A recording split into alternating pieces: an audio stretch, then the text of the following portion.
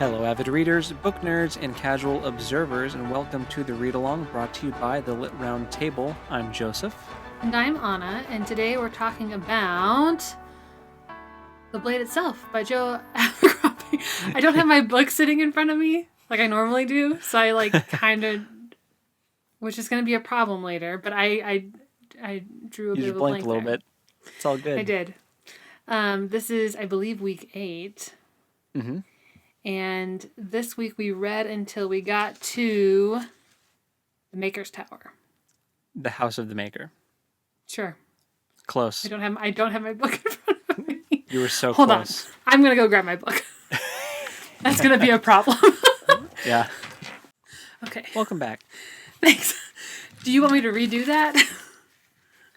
No, it's fine. Okay. That'd be funny. I have the book now. So we read until... Sorry. Coming in hot right after work. It's for sure... I know it's the House of the Maker because I just wrote the titles down on my notes. You are correct. It is the House of the Maker. Thank you. So, anyway. We're off to a great start. Yep. It'll be awesome. But we have so much to talk about. I don't know what it was about these chapters, but so much happened. Mm-hmm. A lot. First, before we dive into book content, should we really quick plug the Patreon that just went live? We totally should. Like today or yesterday, as of recording this, something like that. Yesterday. So, take it away. I'll let you do the honors. Oh well. Unless you want me to. No, that's fine. We have a Patreon now, as you could guess. But this is really meant for people that listen to our main podcast and also for the Read Along followers. You will have the option, if you become a patron of our Patreon. I don't like those words. Anyway. Yeah. You'll have the opportunity to vote on the next Read Along title that we choose. This next book, after we finish The Blade Itself, is my pick. So I have a list of titles that you can pick from. And then we'll do some back and forth. That'll be a fun way to generate new read-along groups. And then you'll also, if you become the next level of patron, get to experience some deep dives from us into some of our favorite topics that we usually try to rein in a little bit, but that'll be our opportunity to just let go and nerd out about. If you thought we nerded out before, let me tell you. You ain't seen nothing. If it's Star Wars or Lord of the Rings related, you ain't seen nothing. Yeah. So, but that'll be exclusive to Patreon. Otherwise, everything else will stay the same. You'll still be able to listen to the read-alongs on YouTube or on our any podcast platform. Same with the podcast. That is all staying the same. So anything that's happening on Patreon is just extra and a way for you to support us as we continue to do the podcast and help us engage with you a little more. So we're really excited about it. Yeah. And there's 2 tiers for the subscription. The first tier is just $5 a month, and that one is the one that gives you the voting rights. And then that next tier is the $10 one, and that's the one where you still get the voting rights, but that's the one where you'll also have access to I think we said once a month, we'll do a monthly deep dive video. So yeah. That's what it looks like. Yeah. So check it out if you're interested. But if not, you can still just sit back and enjoy the usual program. And we'll get back into that now. The Blade Itself. This felt, we were talking about this right before we recorded, this reading section felt longer than the others, but I think it's because there was one chapter in there that was super duper long, and also it covered a lot of ground. Yes. I had a couple of those, actually. Yeah. And especially with this first chapter, we learned things, but definitely felt compared to the other chapters, this one just feels kind of thrown in as far as the reading for this week goes. Yeah, I would actually say the first 3 chapters felt just kind of like a hodgepodge of stuff. So let's dive into it. The first chapter is Her Kind Fight Everything. This is a Pharaoh chapter. which all of her chapters honestly feel kind of thrown in because they feel very disconnected from everything else that's happening. Although I'm super invested and very curious about her storyline. But she basically tries to run away from Yulwei, to her detriment, because she... Yeah, one would say, to her detriment. Yeah, she ends up encountering what we find out are eaters. And I think you were right. I think they are vampires because they're like described as having like perfect complexion and they're super creepy, very pretty. Yeah, dude. The brother and sister. They're totally vampires, but they're like we find out later like what kind of the aftermath of an eater attack looks like.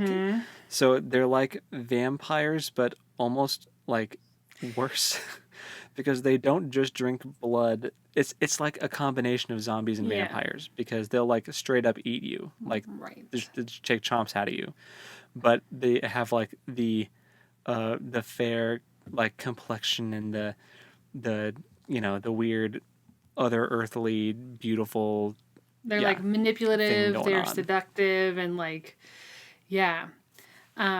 just weird. And like she fires an arrow at the brother and like no blood. Like he pulls the arrow out later and there's no blood at all. I think it says that there was dust when he pulled it out. But but anyway, he is very strong and really hurts her. Like he hits her and she's like, whoa. Ragdoll. Before though, we did get to kind of see her archery prowess because there were some other guards with the eaters that they instructed to grab her, and she makes pretty quick work of all of them with her bow, just like pa-ding, pa-ding, pa-ding, Legolas style. Yes. And she makes pretty quick work of them, and then the eaters have to actually get in and do something about it, and they're about to really mess her up, and then Yulwei just pops in like Deus Ex Gandalf style and like what exactly did he do to both of them down. Because he takes them out in spectacular fashion. But right before that there's something interesting that's happening with Pharaoh in her interaction with the eaters because like the sister tries to like use her words to like lure her in and it doesn't really work, which like really irritates the eater. So like Pharaoh has like some weird immunity because this is where the title of the chapter comes from. She fights everything. So even these like supernatural powers that she shouldn't be able to resist, she does. And we find out later. So they've got weird mind powers and mind games. And it's interesting. Yeah. And so then when Yulwei shows up, there's a little bit of back and forth. The attackers claim to be from the prophet, the attackers being the eaters.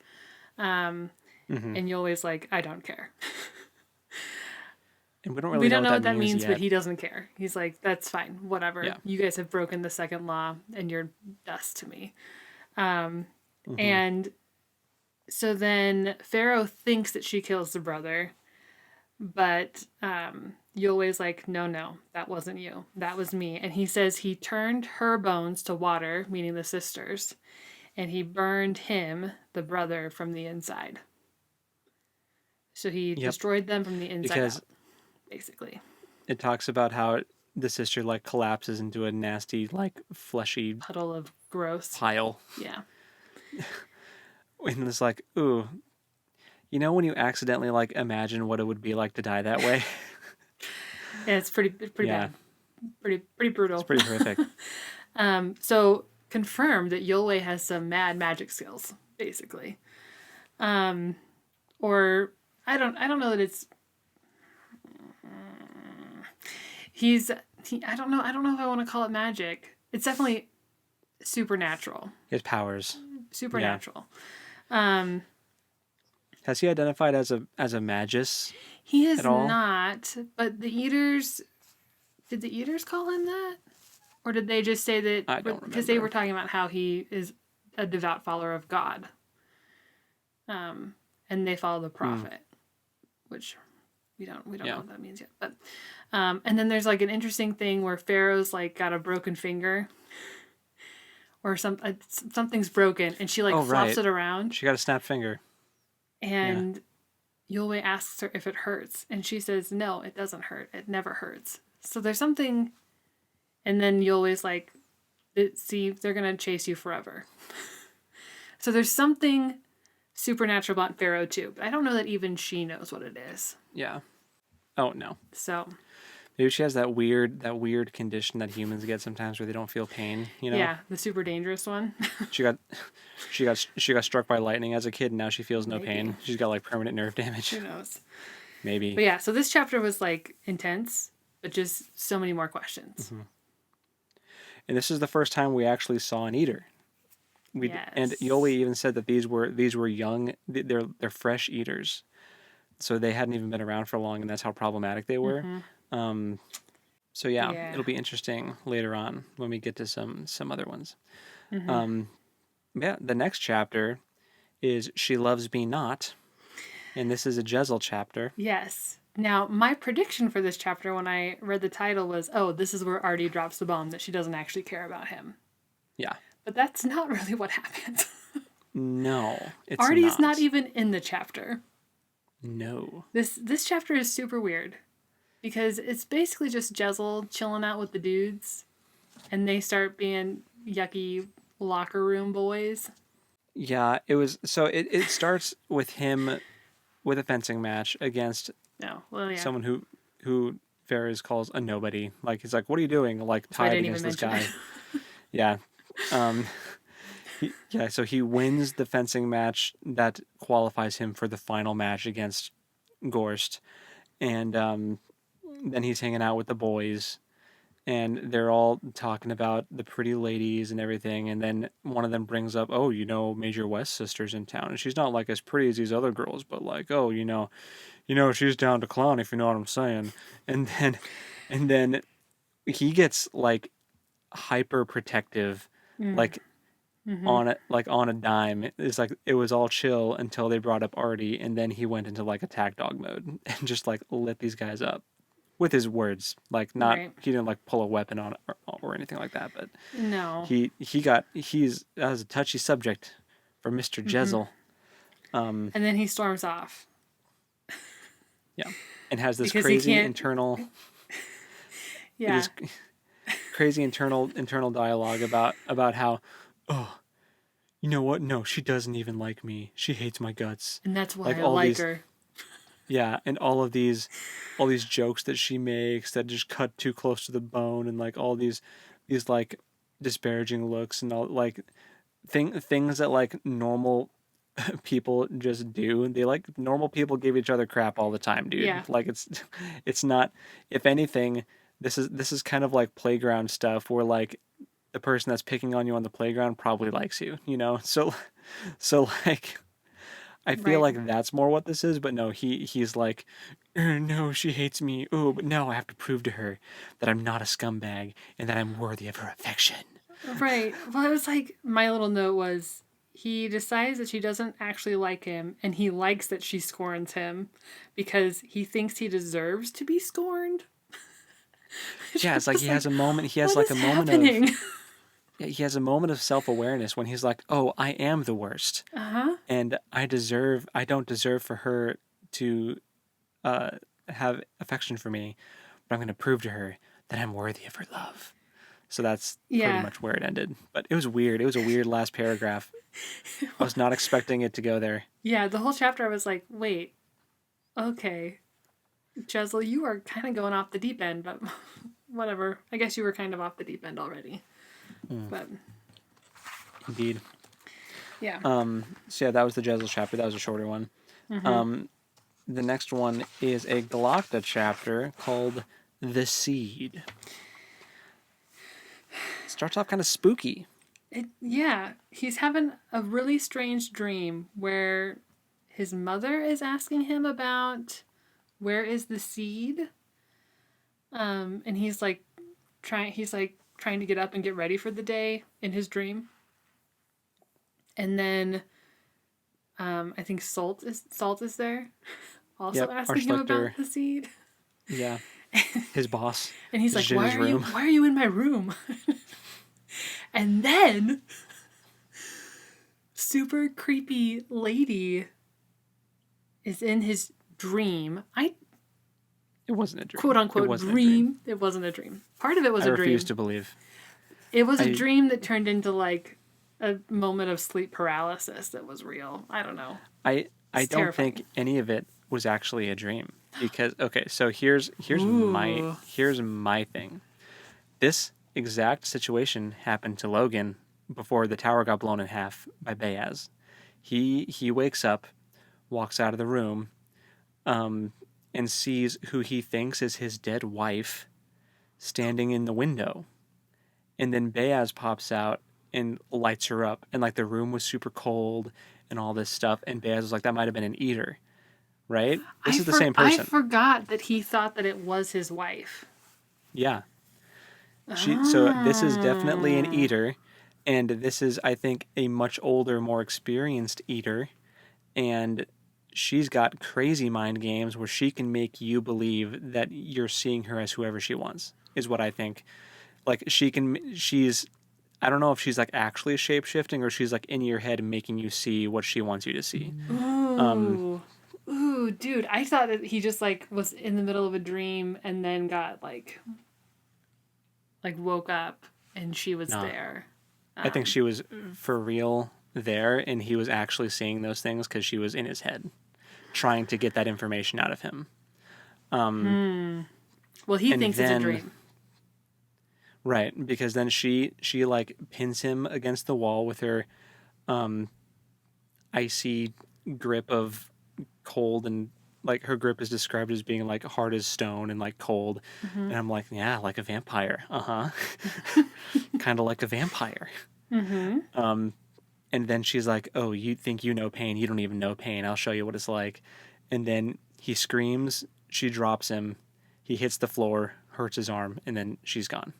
And so he thinks he had a bad dream and that he fell out of bed and it woke him up. Right. But I think it was all real.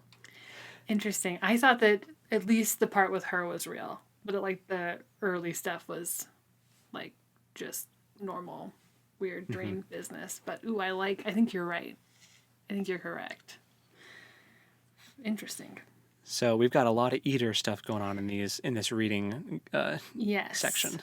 Well, and then someone, I can't remember the guy's name, his like helper comes in and not one of his practicals, some other guy. Right. And Glocta's like, I thought I locked the door. I could have swore I locked the door. But his door was not locked. So, but the point of this lady was that she was looking for the seed. Yeah, and that's what she kept asking him about. And he has kind of a like moment of clarity or like. Yeah, I think he was like recalling the stuff that he had read at the university with the historian guy. Like that's the information he was trying to like weed through in his head. And he had moments where he was like picking things out. But it wasn't, I don't think, enough for her to get what she needed. Right. But I don't think it was any new information for her. No. Because the things that he knew were things that were just readily available to anyone who waltzed into that university and asked. You know, he didn't uncover any like long lost secrets. No. Or anything. But no. Just things that like maybe the general public don't know or care about. But But yeah, so whatever this seed is, I guess we'll see. I don't remember that coming up previously. No, the seed was part of the story with the maker and the maker's daughter.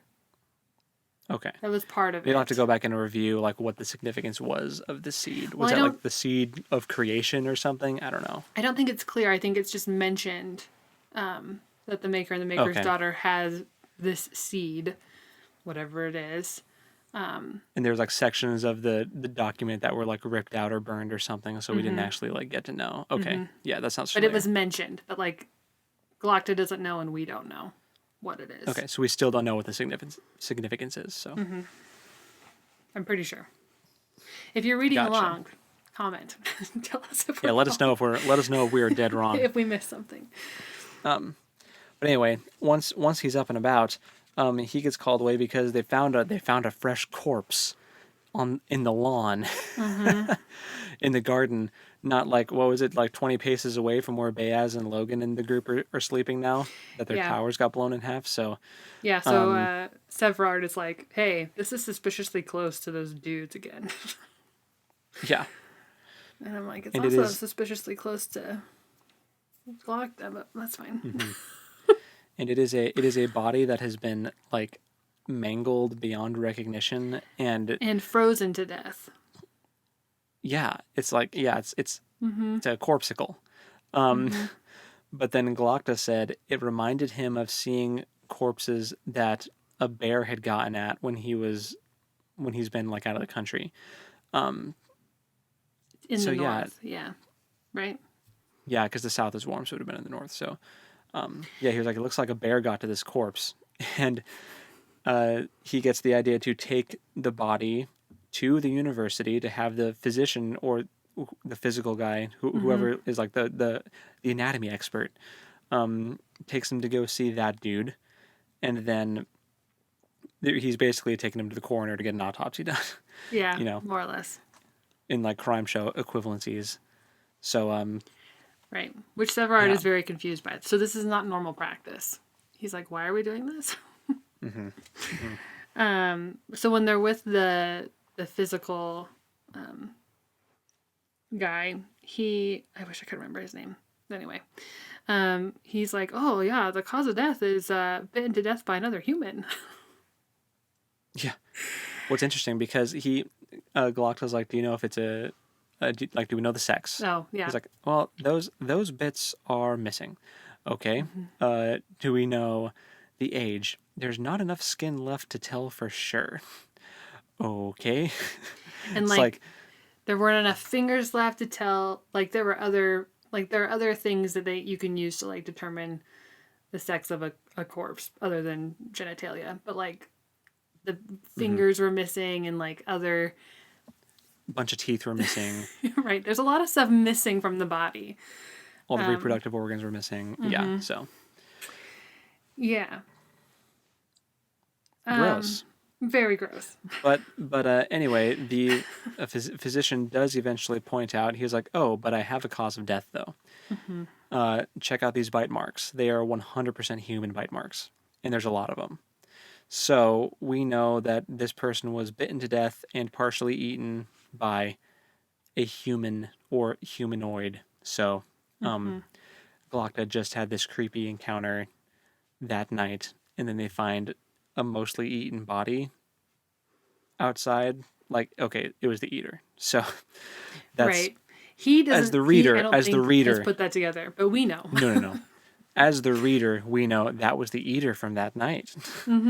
But he does not.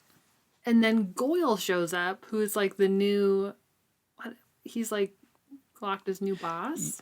Question mark? Yeah. So there was the old, I forget what the position's called. There's Archlector Solt, who's over the entire Inquisition, and then each area has their own head guy, which there was one before. Kalen was his name, I think, who we had met him in some of the first couple Galacta chapters, but now he's been replaced by this Goyle dude, and he is the worst. So bad.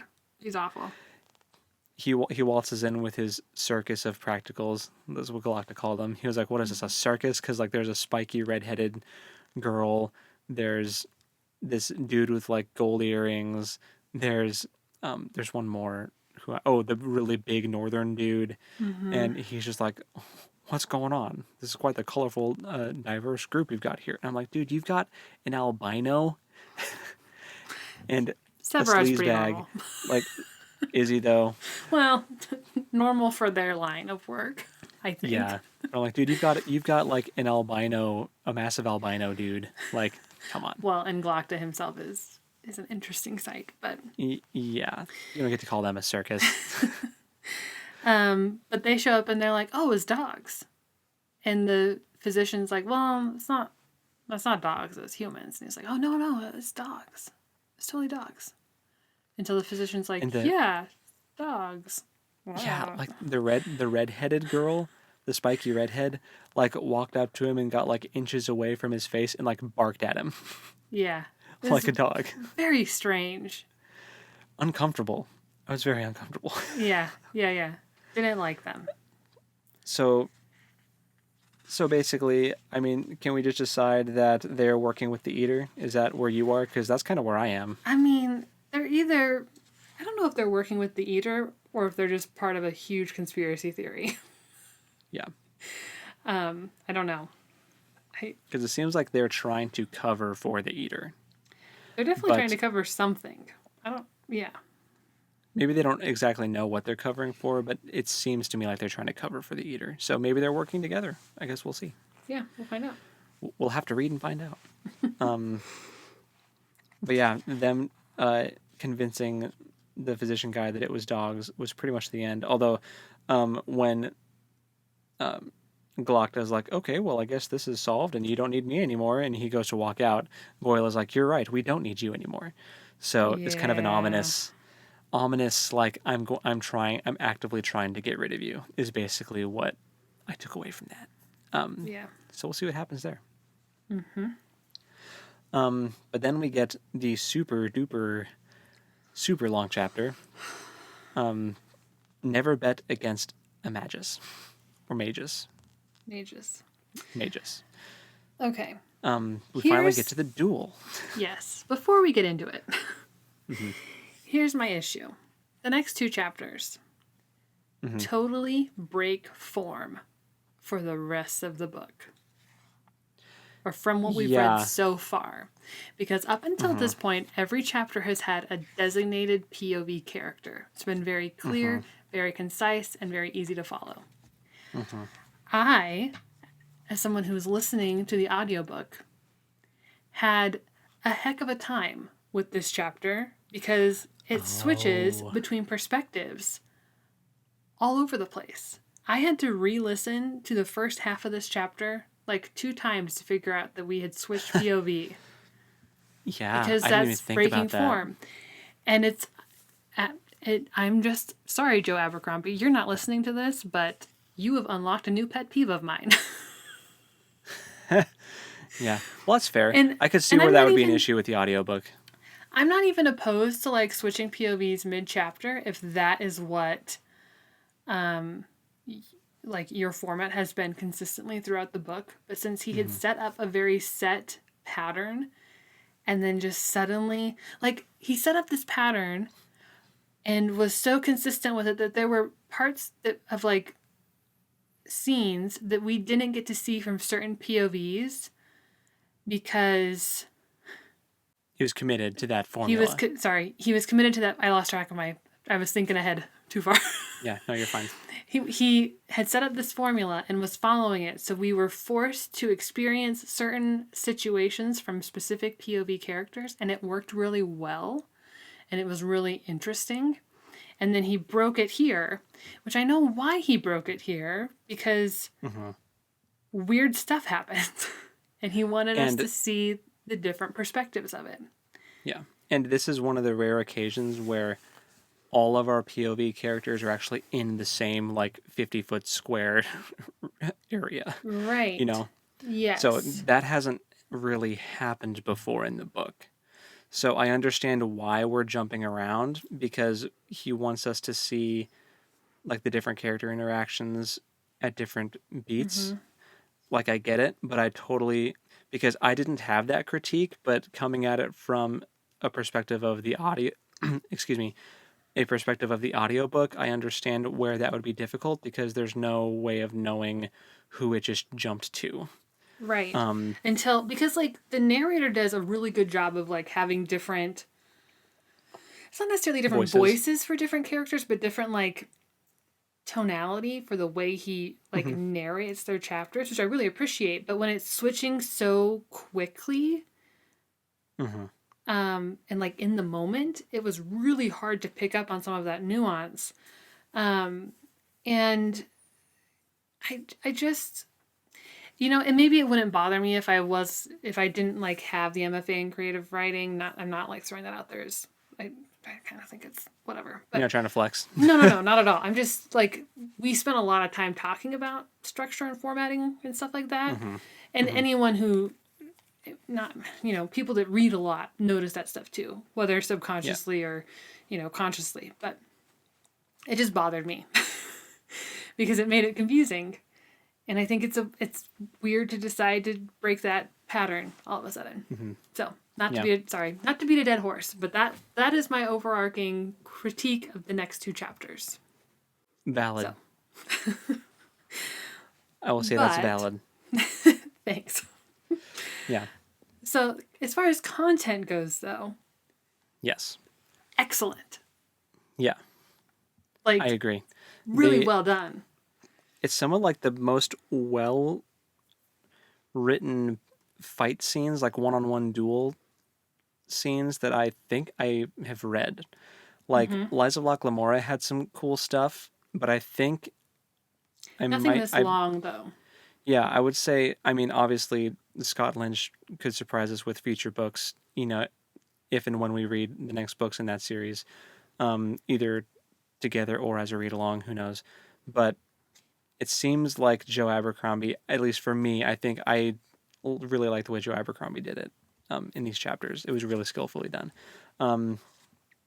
But so I do have it kind of broken down by, in my notes anyway, by like the POVs, which is easier for me to do because I had the physical book in front of me. So. Well, once I noticed that it was switching, then I started making notes like, okay, this gotcha. First part was Logan, then it was Jezal, then Glocta, then Logan, then Jezal.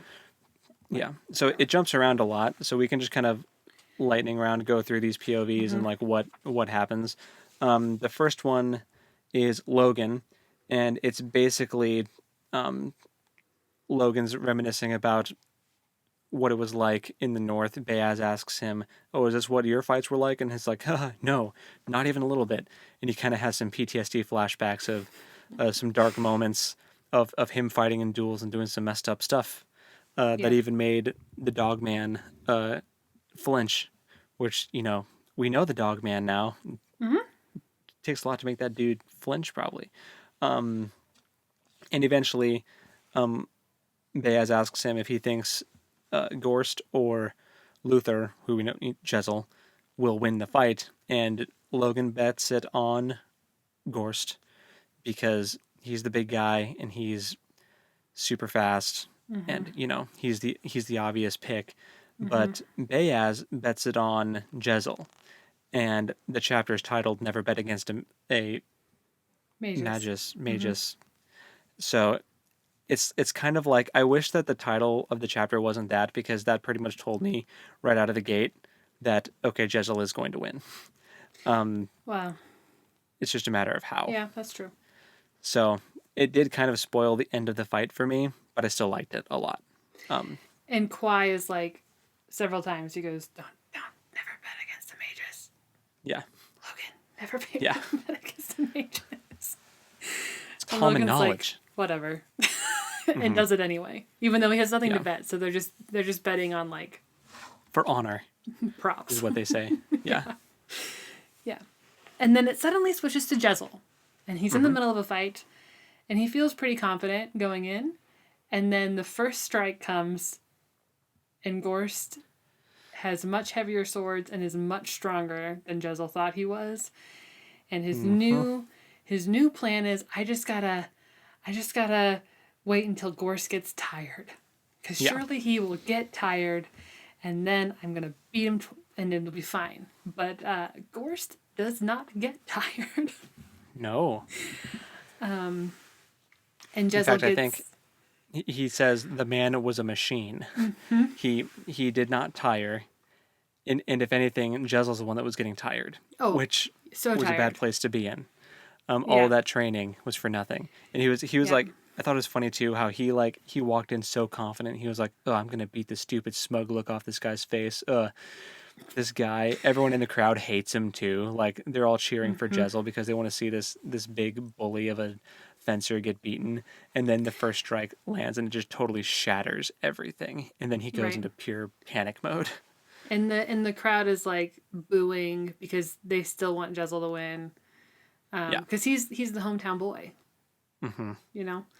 But he gets touched twice or beat twice, so they have 7 rounds, and whoever reaches 4 first wins. Yeah, first to 4. And he's feeling pretty defeated. Mm-hmm. In fact, he's like, one of the times he's, back in his corner getting ready for the next round, and West and oh my gosh, Varys. Thank you, Varys are like, you've still got this. Maybe not West, just Varys. He's like, you still got this, and Jessel's pretty defeated, and like, I wish this was just over. I don't want to go back out there. Yeah, actually, I think that was he already got 3 touches in. Gorse did. Because that third touch, because his first to 4, but that third touch was the one that like hit him in the arm and in the ribs. Like it hit him in the arm and then it passed the arm and hit him in the ribs, and that's when they had to time out just to make sure he was okay. And Wes was like, should we just stop the duel now before he takes his head off? They're using blunted swords, but like, holy cow, they're heavy and that guy can swing. Well, and we find out that there's not a rule against the weight of the sword. It just has to be a certain length. So yeah, which is interesting. So the guy's swinging lead bars at Jessel, basically, and he's a tank. But yeah, it was like the way that the fights were written were very, very well done. I mean, it was a long chapter, but at least when there was action happening, it didn't feel long. Some of the stuff at the end, though, you started to feel like once the fight was over, you started to feel it, though. Like, okay, this chapter is, it's getting long. But anyway, Jessel got totally smoked for the first 3 touches, and they're going to start the 4th bout, and we switch over to Glokta. And he is just loving this. He's trying so hard not to be giddy because he is so amused that Jessel is getting some humility beat into him. Mm-hmm. He really dislikes Jessel, and he was so looking forward to seeing this happen, and he is here for it. He's all about it. He like totally writes Jessel off. Like the bout starts, and Jessel's on the ropes, of course, and he's like, okay, I'm going to leave now before like the rest of the crowd overwhelms me and I can't get out when the match ends. And all of a sudden, like, he turns around, and then everyone like starts cheering. It turns out Jessel actually got a hit in. And because one of Gorst's hits like should not have missed. Yeah. And misses. And even Gorst is like, confused. Like, Jessel was on the ground, and Gorst was just coming down on him with the sword from above as Jessel laid on the ground. And it was like, even if he tries to block, it's going to get through because Gorst is a tank and he hits hard. So, but somehow he misses when he hits, and then Jessel hits him in the leg with his sword and gets the touch. And then Glokta is just like, what? No, that's wrong. Because that shouldn't have happened. Make sense. Yeah.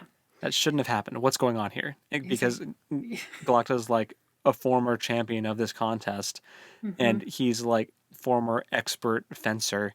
So like he knows his stuff, and he's like, this is something fishy is going on right now. This is not the way this is supposed to go. Yeah, he says several times, this is off. Something is off. Something is not right. And then he sees Baez and sees that there's something wrong. He's like, something about this picture does not make sense. And he's like staring at Baez. Yeah. Yeah. Which I just think is so funny because he's so close. He's so close to like knowing. The man's got incredible intuition because like he does. His gut is pointing him in the right direction every time, but his brain just cannot accept, but yep. So the next round starts, and from the Glokta POV, he's like, and now all of a sudden Jessel is a new man. He was like, it's like they swapped out Jessel for his far more competent twin brother, and now Jessel's like an unstoppable fighting machine with like the strength of a bear, and he's super taken aback at how well Jessel is doing all of a sudden. So then it switches back over to Logan, and I thought this was hilarious because Logan is like, "You dirty cheater." Yeah. Like we didn't really know what was happening, but then it switches over to Logan, and he's like, "You say what you will about the first mages, but you are a dirty, rotten cheater." And Baez is like, I never said I wasn't going to cheat. I just said Yeah. that this one was going to win.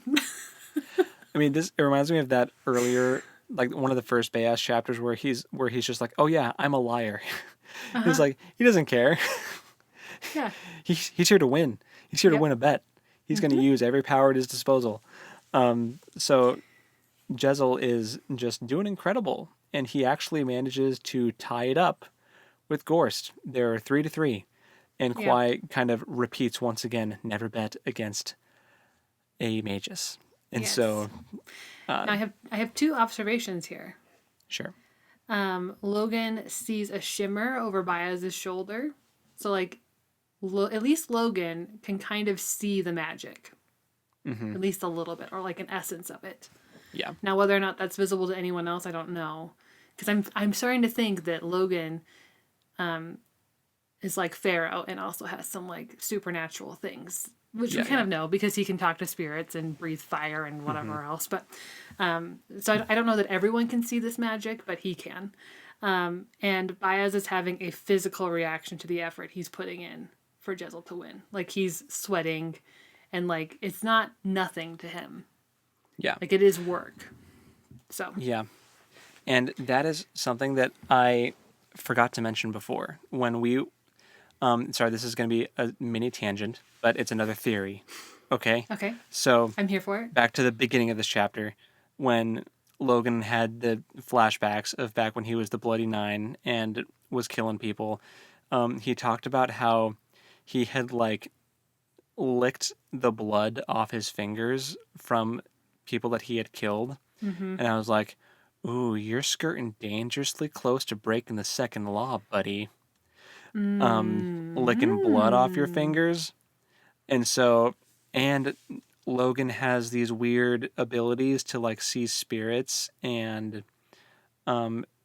swallow fire and spit it out at people.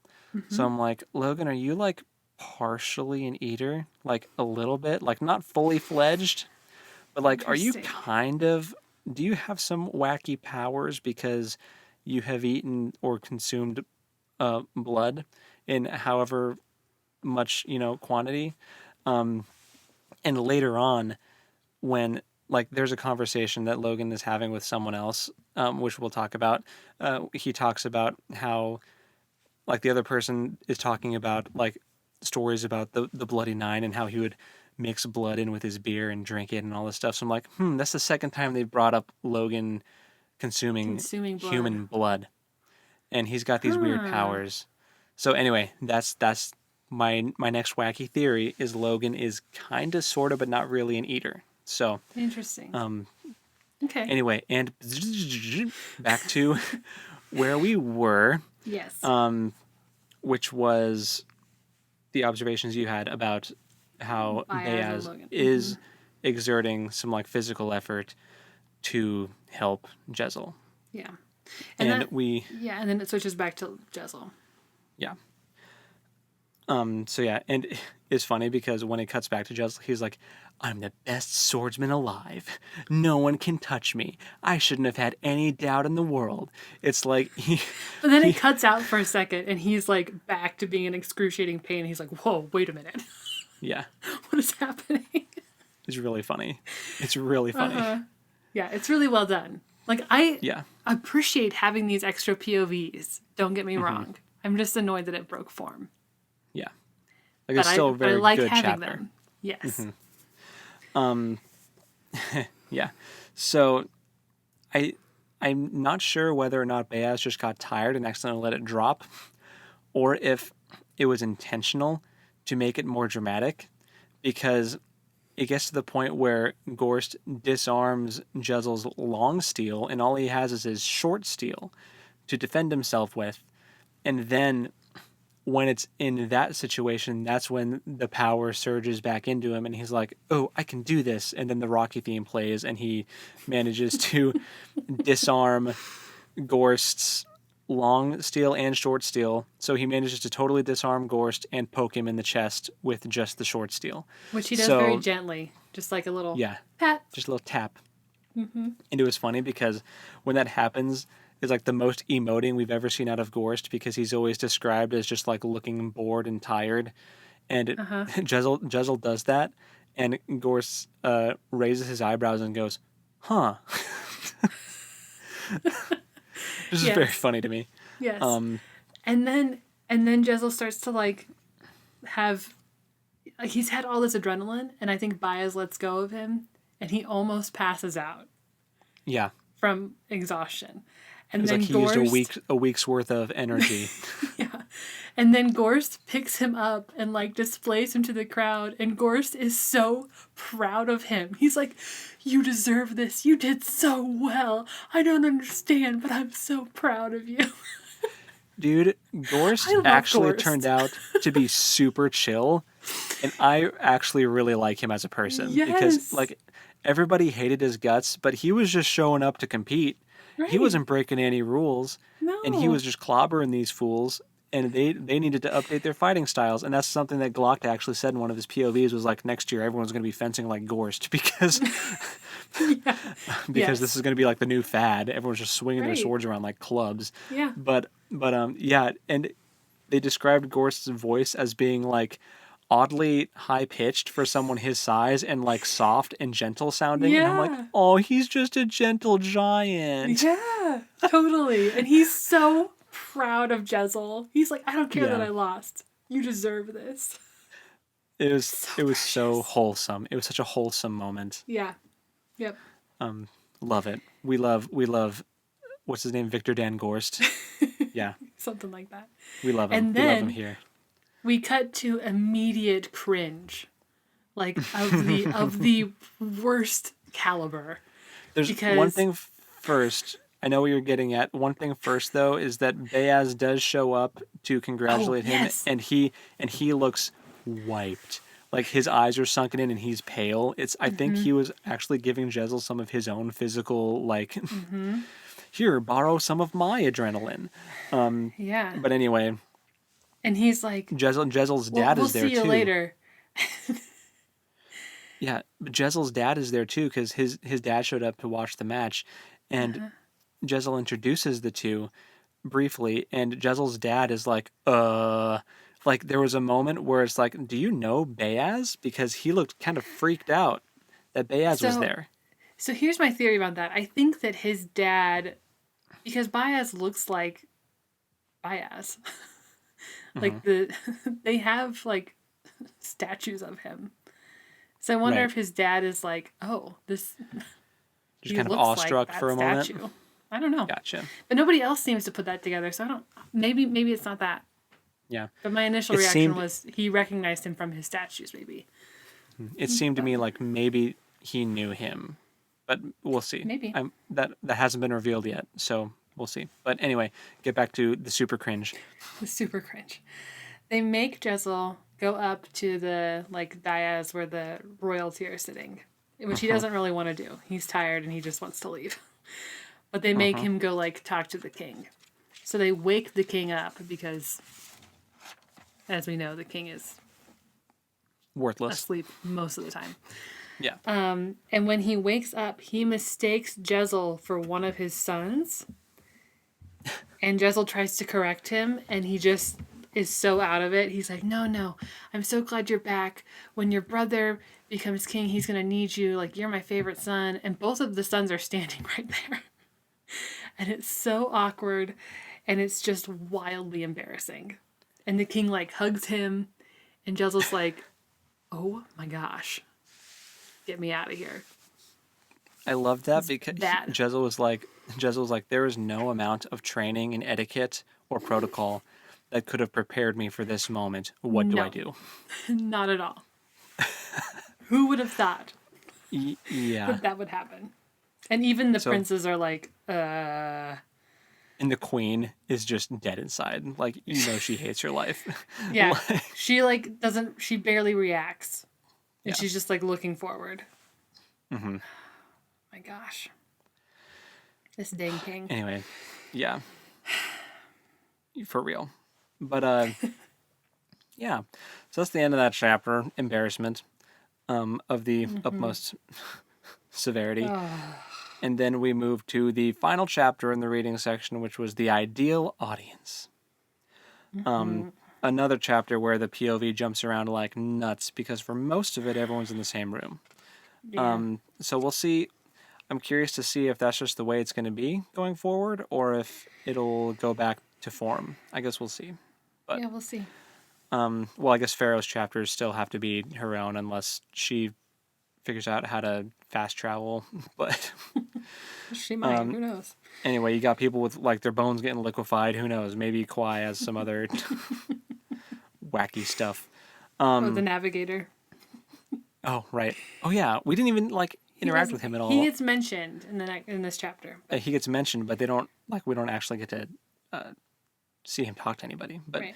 anyway, this chapter starts out with Glokta telling the Archlector Sult about the historical stuff that he discovered with like the key and how according to this the first of the Magi is supposed to have a key thing to the house of the Maker, and this is how we can prove that he's not really him.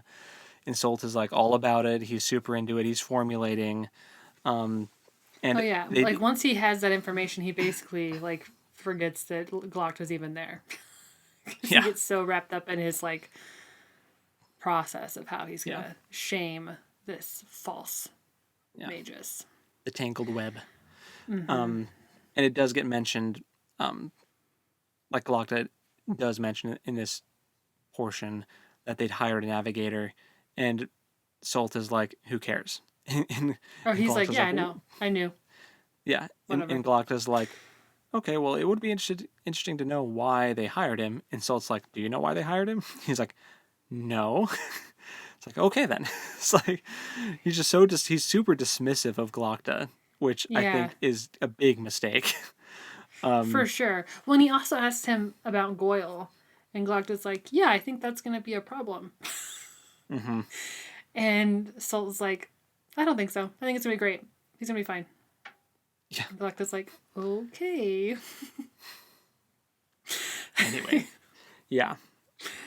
But that POV ends with Sult saying, "Hey, there's going to be this banquet in honor of Jezel, the new champion from the contest. And you're going to show up and you're going to bring your practicals with you because we're going to try to oust this Bayaz dude as a phony." And and then we cut to Logan. Who's trying to enjoy a banquet. Yeah. And he's starving. And so he tries to eat some of the he tries to eat a decorative flower. And he's like talking to West.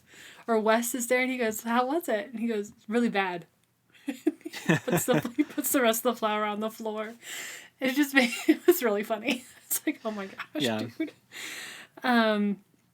So he meets West, and that's where we have that interesting conversation between West and Logan about like West is from up north and he's heard all these songs and stories about the Bloody Nine, Nine Finger, and he's like, you wouldn't be him, would you? And like as a joke, because Logan obviously has 9 fingers. And Logan just tries to brush it off and like, no, of course not. Yeah. Who, me? No. Yeah. And then West asked him about Bertrand, the King of the North. And this is like the first time Logan has ever opened up. This is the most he's talked to anyone in the entire book. And he just starts to go on and on about like how Bertrand is like his men respect him because he pushes them and makes them go faster and farther than they've ever gone before, and because of him the North has like actual armies and actual like garrisons and plans and like a way to actually achieve their goals, because they used to just be farmers that would take up the sword and like defend stuff, but now they actually have trained fighters. He also tells us what named men are, which we were wrong. Named men are Right. not like criminals. Yeah. Named men are people that have earned great respect because they've done well in battle. So, Dogmen and that crew, they're named men because they're respected. Mm-hmm. My biggest question out of this whole thing: how old is Logan? That he has songs written about him that have been like orated to a Yeah. younger generation. How long has Logan been around? I assumed that he was like 40s. That's what I thought too. I mean, the stuff where he was fighting for the king in the north could have been when he's like in his early 20s, you I know? suppose. And we know, but West is like 30 something, right? Like didn't the Yeah. men say that he's So like like 30? so Or like you told me? if I don't know. so like if Logan is in his 40s, West is in his 30s. When Logan was doing this crazy stuff in his 20s, West would have been like if Logan was 20, then West was like 10. I suppose. I guess that So makes sense. he could have been a kid hearing these stories about the crazy stuff that's happening in the north with his bloody nine person. Um I'm picturing this whole thing with Logan as like his midlife crisis. Like this is Yeah. I think some you're people right. buy a shiny new warhorse, you know, that they're only gonna ride like a few times in their life. Maybe they'd buy a Mustang, you know. And some people team up with the first Magus. Yeah, and go on an epic quest That for they something that we know don't nothing know. about. Yeah. This was also the interaction where I mentioned before. It's talked about how the Bloody Nine guy like mixing blood in his beer and drinking it. Yes. So this is That's the, part of the the thing I was story. talking about. Which Logan rightfully does not own up to as being him. I also really liked at the very beginning of this POV when Logan was describing what it was like having a feast in the north, and then he kind of like compared that to the banquet hall he was in now, and like the northern one is just like lumps of meat in a bowl that you skewer with a knife and just eat, and you throw the bones and the gristle on the floor for the dogs to eat. Yeah. But there are And no everyone was dogs like, here. and everyone was like yelling at each other and screaming and like throwing insults across the tables at each other if there was a table. Yeah. It's like Yeah, it's straight up a party. And this Yeah. is like a very formal affair with flowers. yeah that he tries to eat. Yes. Amazing. Yeah. And then it switches to Jezal, who is also not having a great time. Yeah, he hates life. He hates life right now. Basically, but the reason he hates life is just because he's not the center of attention. Right. Well, and everyone's like kind of minding their own business and talking about politics and whatever random stuff he doesn't care about.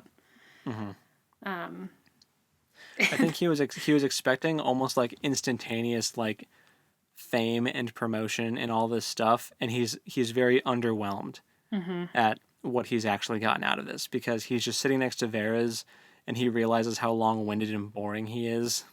And all Vera's, yeah.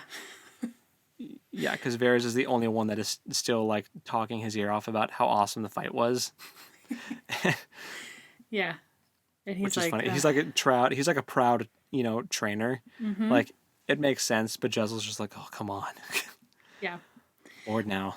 But he does overhear the prince and his fiance having like a straight up domestic quarrel. They hate each other. They Yeah. hate each other. Yeah. It's pretty brutal. And then there's like talks about tax drama. Like there's a lot, actually quite a bit about like how people are not paying their taxes. Yeah. And one of the people actually is like kind of the voice of reason. He's like, well, maybe if we were like good people and like protected them and did what we were supposed to do with the money and like put it into infrastructure and stuff, the people wouldn't hate us and rebel against us. And then the other guy is like, oh yeah, sure, that's fine, but like also they should pay us what we're due as their landlords and as their natural betters. And I'm just like, okay. Yeah. dude, go Yep. jump off a cliff. Eat the rich. So, so, yeah, that was, those social commentary moments in this book just hit too close to home for me. And it's just really, I know. it's hard. It's I feel hard. ya. No, I feel ya. Oh, Same. gosh. Same. And then we switch to Glockta. And this is our right. Hamlet moment. Because Jezel notices that Glockta is still just staring daggers at him. He's like, Glockta keeps staring at me, and I don't know why, and I wish he'd stop. And then it switches to Glockta, and Glockta's like, he cheated somehow. I know it. I know he cheated. Yeah. Yeah. It's just so funny. But then we have our Hamlet moment because we get our play within a play. We did. You're right. Like straight up, Yep. This is out of Hamlet. This is what, yeah. If you know, you know. Because Salt decides to, he hired someone to play Bias and to go through this history and basically like point the finger and say that this Bias is an intruder. And as the production is happening, we switch back to Logan briefly, just enough for us to get that now Bayaz is the one that hates life, and he hates the play, and he's super, super mad. Yeah, he's very frustrated by the situation. And like the blatant disrespect. But also, we get a little insight about the play itself. It's still very Shakespearean because there are boys dressed as girls playing girls, which would have been true of Shakespeare's time. Oh, and they did because blackface. And they did blackface. Yep. Yeah. So I was like, wow, Joe Abercrombie really leaned into this is a Shakespearean moment right here. Yeah. You will For see sure. this as a Shakespearean moment. And we will also see that it will not go as intended. Yeah. For the people putting on the performance. Yes. Yes. Yep. And then it's back to Glockta again. I'll let you do this part. Yep. I didn't take very many notes because So- I was just like listening, like, oh my gosh, this is so intense. So we cut back to Glockta, and really the performance wraps up, and Salt now starts pressing Bayaz.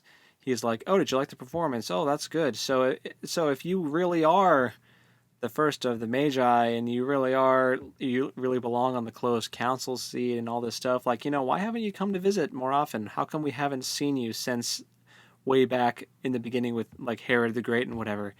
And he's like, "Oh, I have been here." And why don't you break a table for us? You've done that before. He's like, "Oh, well, I did show up.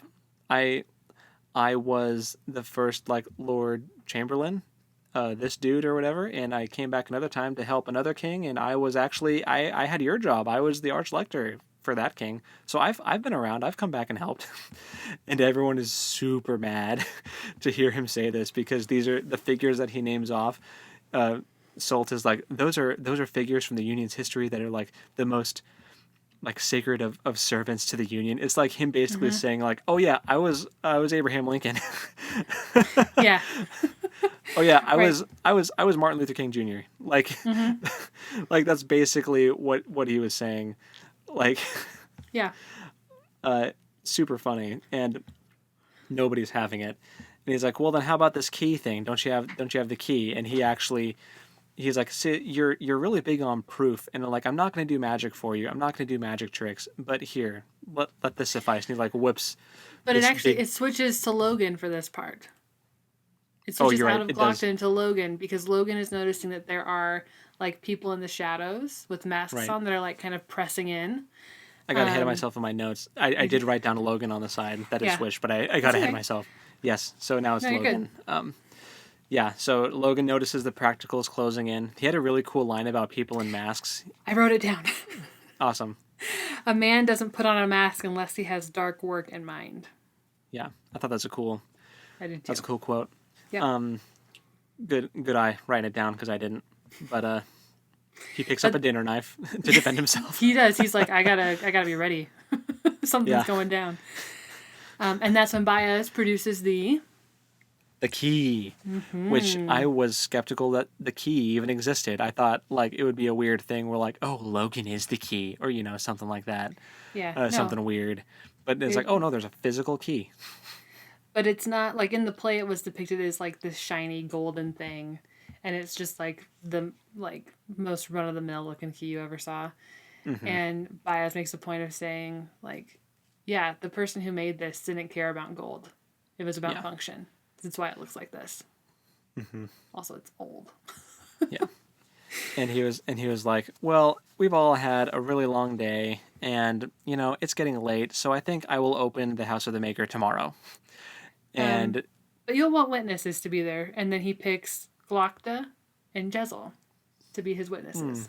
Fascinating. So we'll have all of our POV characters together once again for another chapter, except for Pharaoh. Sorry, Pharaoh. Yeah. I forget about you. And Salt is just like fuming. And then Baez is like, and since you want me to break a table, I don't really want to break a table and get everyone's lovely soup all over them, so this will have to do. And he breaks Salt's chair. It makes him fall on his behind. Which he grabs the tablecloth on his way down and probably spills some soup anyway. So it's kind of funny.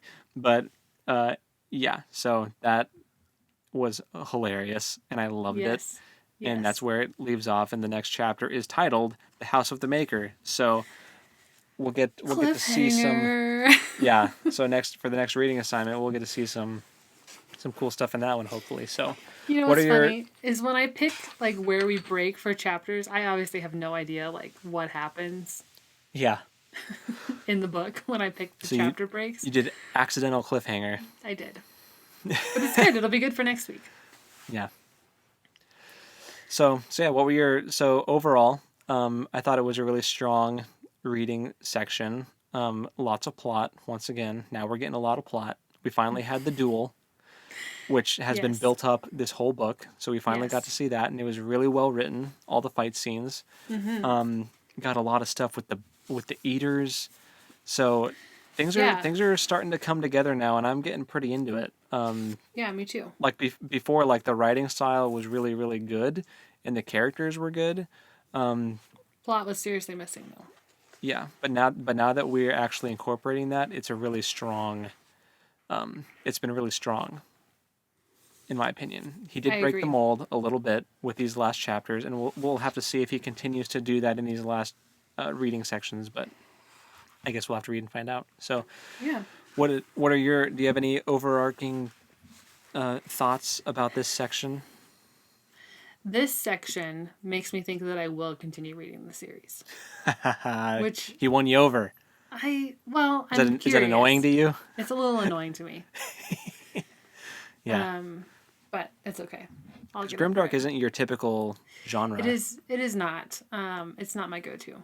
But it's been a fun exploration. I appreciate you pulling me into new genres. Just you wait, though. Our next read-along book, I picked 4 very different books from 4 female authors because we need a female author up in this business. Sure, yeah. So, 2 of them are Jewish, and one of them is Black. And I don't remember what the other one is. Anyway, so we've got some diversity coming, which I'm excited about. Awesome. Love it. Yeah. But anyway, about this book. I am very, it's mostly that I just want to know what the deal with the eaters is. And I want to know what the deal with Pharaoh is. And there's just been enough of it sprinkled in that I'm very curious, which is what will keep me reading. Mm-hmm. So, good on you, Joe. Me too, Abercrombie. probably. Yeah, exactly. Way to go. You won us over. Yeah. We finally got some plot, and now we're here for it. Mm-hmm. So what's our next assignment? Yeah, so for next week, we're going to read to Back to the Mud. Ooh, that's what they say in the North when people die. Oh, no. It's a Dogman chapter. So, okay. We'll see. Okay. Back to the Mud. We'll see if it ends on a crazy cliffhanger, like this time. Yeah. So is it 2 more? We just have 2 sections left. So next week, or next one, and then the last one. Awesome. So. We're getting there. So, sounds good. Back to the mud. Well, I'm excited to read this next chapter and whatever comes after it. We'll see. Me too. I think some crazy stuff's about to go down. So, Me too. It'll be good. it'll be fun. Yes. Well, can't wait to talk about it again. But until then, happy reading. And we'll talk at you next time. Later. Bye.